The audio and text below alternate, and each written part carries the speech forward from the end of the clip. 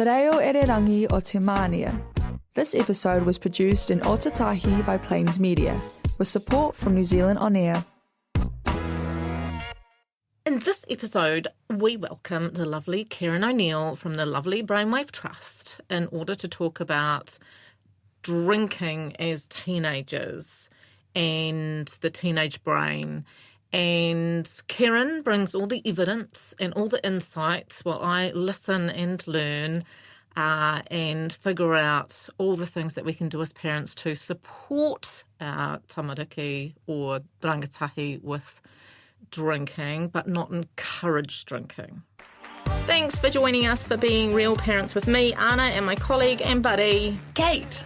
We work in the parenting space. And it's here where we'll talk about our worlds as parents, the good, the not so good, and the hilarious, and mix this with what we know about behaviour and psychology. Yay! So lovely to have you back, Keryn. Thank you so much for being with me again. Lovely to see you and talk to you again, Anna. I'm excited and trepidatious about this topic because I've parenting teens myself, and I have a 20-year-old now, but I'm still parenting that 20-year-old and still talking about this stuff with her. So, I'm expecting just to be learning as a parent, which will be cool. I'm a bit probably trepidatious about it too. It's a good word. It's a bit of a hairy topic sometimes with people's varied understandings of it. So hopefully we can have useful conversation that can help inform parents and their important work. Yeah, that's right. And there's this thing, isn't it, where we come to drinking alcohol because, we have it as a part of our society, the good and the not so good. And this is all about ensuring that our teens are well informed, as are we, and we can come to this with a bit more kind of, I think, confidence as opposed to just freaking out.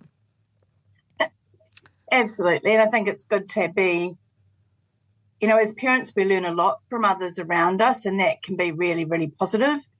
But when it comes to alcohol and our young people, sometimes the messages that we're going to hear from people around us, friends and whānau, might not actually line up with what we're learning from the research is actually going to be most beneficial for our young people. So I think it's good to inform parents, and then they can take from that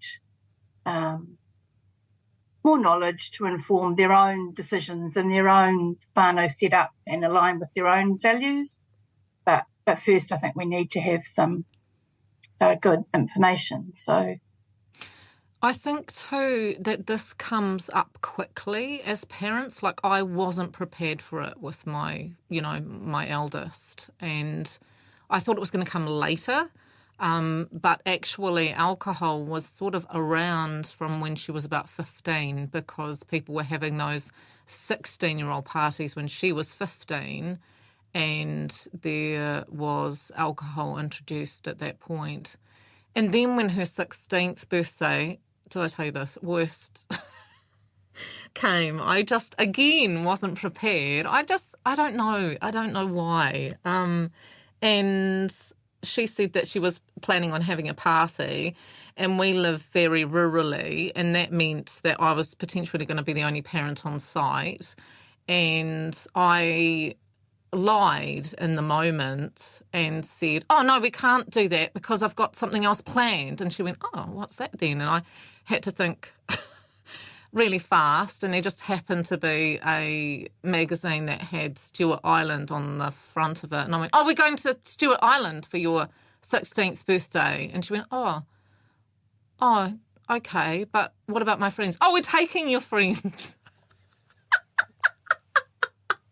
So, most of my credit card balance later, we took a trip to Stewart Island with her and her friends, where they had no access to alcohol, and we did lovely walks and had a beautiful time, to be fair. It was actually really gorgeous. But, yeah, I wouldn't recommend that as your go-to.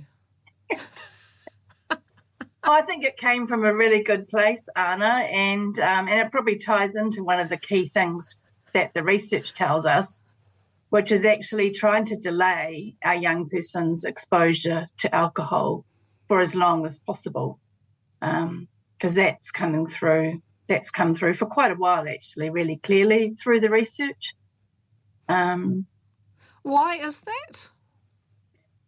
The earlier that young people are exposed to alcohol, the greater their risk of having alcohol-related issues later in life. So every year that we can delay their introduction to alcohol, the better off they're likely to be in that regard later on. And that can be challenging information for parents to wrap their head around, because our on the street wisdom is we should be introducing alcohol at home in a safe environment and normalising it. And there's a bit of an idealised view of what happens in some European countries, and that, often people with the very best of intentions think that that's what we should be doing here. And the research, as I say, is pretty clear that the longer we can delay our young people starting to drink, if they're going to drink, and I say that deliberately because sometimes we talk about this with the assumption that every young person is going to drink, and I think it's important to acknowledge that that isn't the case. But if they are going to, that the older they are when they start, the less likely they are to have issues with alcohol later on. And that is a great place to start. Thank you.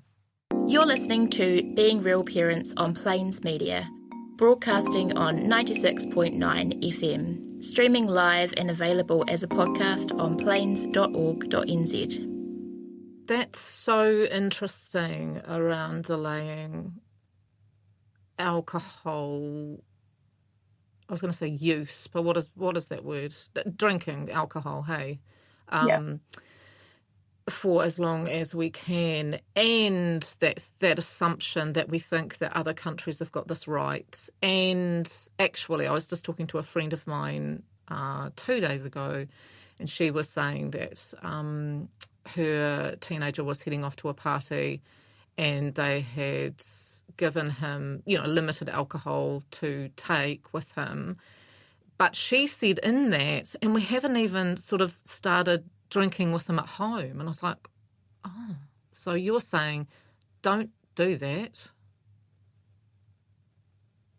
Well, it's not my place to tell parents what to do, but it's just to share what the research is telling us and to acknowledge that putting the learnings from the research into action in our own whānau with all the other things that we're juggling isn't necessarily easy. Yeah. But that, again, that delay, because I guess just to back up a little bit, I mean, we haven't talked about adolescence, you and I, on the podcast before. No. It's a really exciting time of development for our young people. And much like when we talk about the early years, what happens to our rangatahi as they're going through adolescence has a big influence on their health and development, not just at that time, but across the rest of the lifespan. And so positive experiences in that period set them up well for healthier outcomes across, all sorts of areas later on. But equally, other experiences can increase the risk of harm, both during adolescence and later on. And one of the things that can influence that development is their exposure to alcohol, amongst obviously many, many other influences. Sorry, I was just interested in that because we all talk about the first 1,000 days in terms of brain development, and we should come back to that, shouldn't we, in adolescence, and talk about that more in terms of another really key stage in brain development. Yeah.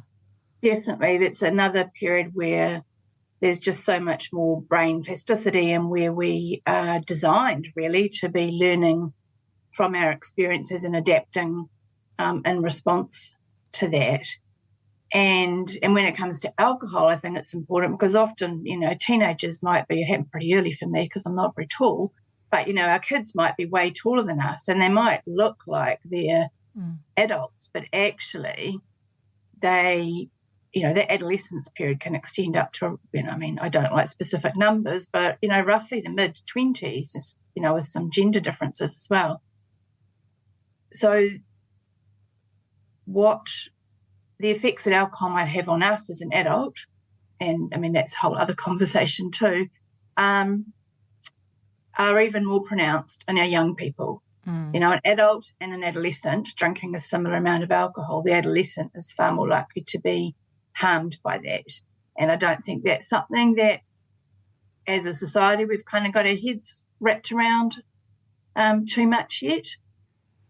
No, I agree. I hate to say it, but there is this expectation, isn't there, that come a certain age, our children are going to start drinking, and it's allowed and it's catered for, and it's hard to kind of escape. I was thinking in that too about, taking this seriously, and what would we say to our children, rangatahi, young people, in order that we can have more conversations around alcohol before we just get told that they're going to a party where there's going to be alcohol. Yeah, for me, I think there's probably a few kind of principles, if you like, that can help parents in this, and some of them probably ideally start earlier. So one of those would be that if we've already hopefully established a loving relationship with our young people and had clear, firm boundaries when they're needed as they're growing up, then I'm not saying it'll be easy, but it might be a bit easier to then have some firm boundaries around alcohol and other things that can harm them when they're going through adolescence. I also think it's important that we recognise in every area, but I think it's especially pertinent when it comes to drinking alcohol, our impact as role models, because there we can say all the things that we like. And I haven't seen research on this, but my own experience is that young people are very good detectors of hypocrisy, and if parents are saying, I don't want you to do this because it's not good, while they're pouring their third wine, that's not going to sit very well with young people. So I think we need to have a good look at what our own attitude and behaviour around alcohol is, because our young people, whether we realise it or not, will be watching and learning from that. And again, I guess starting earlier to maybe, if possible, if parents aren't coming to this when their young people are already, 17, 18, to talk about why they wish for them to delay drinking if in fact they are going to drink at all, so that they're not trying to get that factual information in at a time when perhaps their rangatahi is a bit more emotionally engaged with it, because all they can perhaps see is that their friends are going to a party, and in their mind, whether that's a reality or not, everyone else is going to be drinking, and therefore they want to as well. So trying to sow those seeds earlier on with some of the information around alcohol is also something that can be helpful, I think. And listening to our young people, which doesn't necessarily mean we're going to agree with everything, but by listening to them, we can find out perhaps a little bit more about their specific motivations or feelings about a social event or drinking and their friends, and we may be able to help them come up with ways that perhaps make it less obvious that they're not drinking alcohol, if that's something that will help them. or whisking them off to Stewart Island. I mean, I haven't read the research on that, but it sounds like a valid, if somewhat expensive, move to me. So, yeah, clearly I didn't come to any of that with any thought or consideration or anything. But I love what you're saying here, that there's a whole lot of padding and scaffolding that we do before we come to these, mid-teenage years, and our kids come to us saying that they want to, get alcohol to take to the party, or we find that somebody else is buying them alcohol and they're taking that to the party, because, what we do know about adolescence is that it's a time when, they do have more autonomy, hey? Yeah. And we all stuff up, and they're going to stuff up. And coming to this kind of more openly, as you say, and with kind of, with reflection and consideration of their thoughts and feelings around it, it's going to really support us to, to be more considered and not just lose it, which is basically, I mean, I didn't lose it. I mean, but I did not, I didn't come to this with a lot of, pre-thought. So just jumping back, what are some of the harms for young people? That's a good question, and there are, there's both short-term and long-term harms, and most of us can probably imagine some of the short-term ones, maybe slurring one's words and, falling over and hurting yourself and those sorts of things. But there are also much sort of bigger and potentially long-term harms. So there's car accidents if young people are driving, increased likelihood of assault, either perpetrating or being the victim in an assault, including of sexual assaults,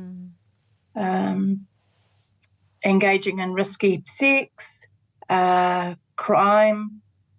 But also, when you think of some of the things that worry us as parents and as a society, hopefully around sort of the mental health of our young people, alcohol is actually can be quite harmful and can increase the rate of self-harm and suicidal behaviour as well. So, and in fact, that's not just young people, that's true for adults as well. And those aren't often things that we think about with young people. I don't think we always make those connections that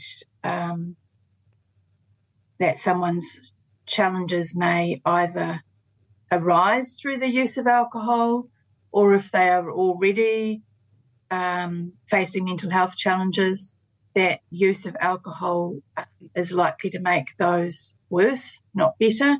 So I think those are things that are really important to be aware of and then potentially guide our decision making, that it's not all about the party and the fun stuff in the short term. I mean, that's what typically the young person is likely to be focused on.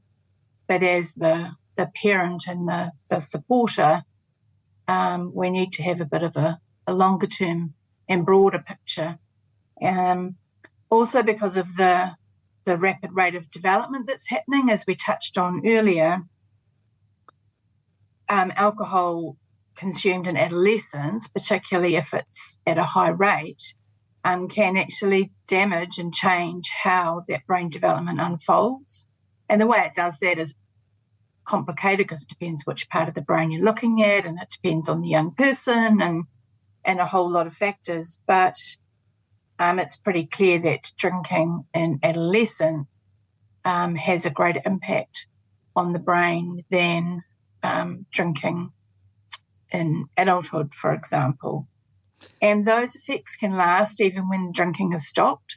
So it's not like once the hangover wears off, our young people are necessarily all fine, that whether we realise it or not, there can be harm that lingers from their drinking episodes, particularly binge drinking.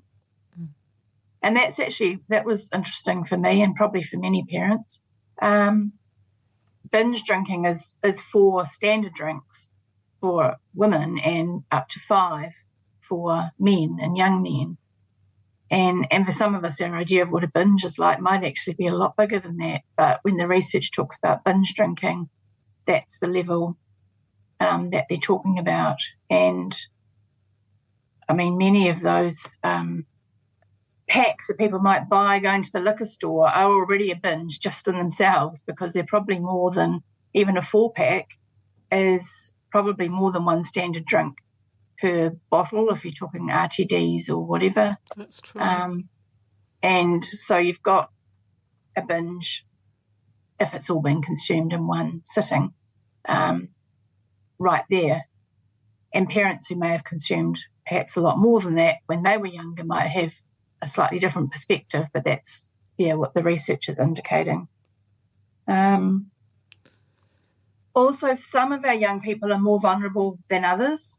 So, I mean, the harms I've talked about can happen to any of our young people, but those who have perhaps a family history of substance issues or alcohol, including alcohol-related issues,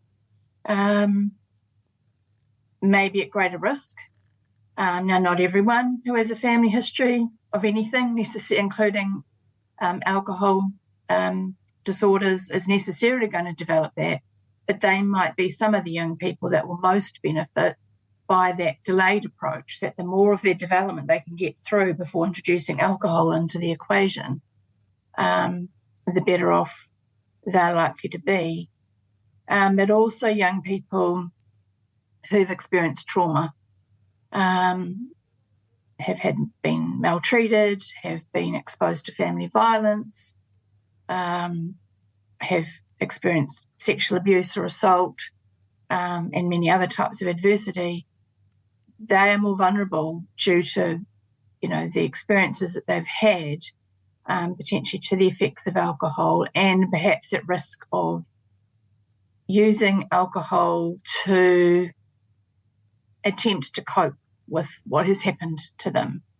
But of course, in doing so, actually risk adding to whatever harm they've experienced. So I think it's important we don't just go, oh, that's what young people do. They go out and they drink a lot.